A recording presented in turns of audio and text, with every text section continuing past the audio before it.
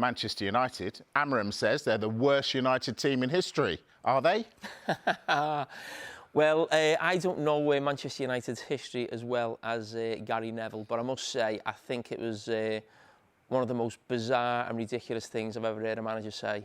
I mean, why you would make a comment like that? That's the type of comment a pundit would make, someone in my position, and he'd have to defend that in some ways. But I don't know what he gains from that, what the benefit is. That we all know it's a poor Manchester United team. And in some ways, we're talking about Manchester United today. We'll probably cover them on the show later because of what the manager said. Because before that, they'd lost another game at home to Brighton. They've done that in the last couple of years anyway. We know it's a tough season. We know it's a poor team.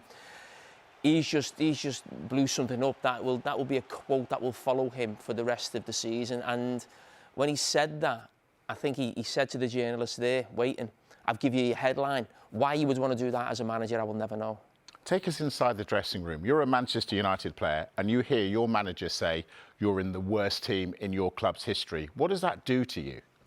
Well, it certainly doesn't help you confidence-wise, going forward, or maybe belief-wise, And listen, I've got not much sympathy for the players in that Manchester United dressing room. I mean, they've been a joke for a few years now. And then I think a few weeks ago, after they played Liverpool, there was an interview with Lisandro Martinez where he was talking about the mentality and tapping his head. That was different today.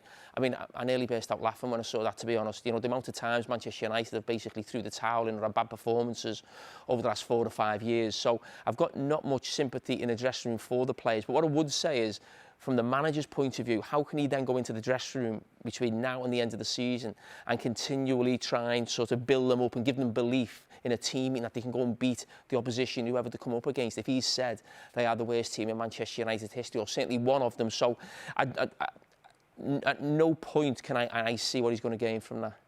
Do they have to go into the market, get rid of a number of players they've got and bring in players who can play in his system? Yes, they have to do that, but that's in the summer. I don't think he's going to be able to get the players he wants in January. We know it's a tough market, whether to sell players or bring players in. I think it's doubly difficult this season because of the European competitions have gone into January. So I think if I'm Manchester United, I'd almost be keeping my powder dry for the summer. There's going to be a lot more movement. You can get players who you want in, then get players out as well. So what you don't want to do is end up spending money, and then it comes to the summer and you think these players aren't actually good enough to improve this team or the system. But they're going to have to go through a lot of pain. I think the manager knows that. We all know that. And we accept that. I don't think there's too much mounting criticism around the manager. Had a few good results of late, away from home at Arsenal in the FA Cup and Liverpool in the Premier League.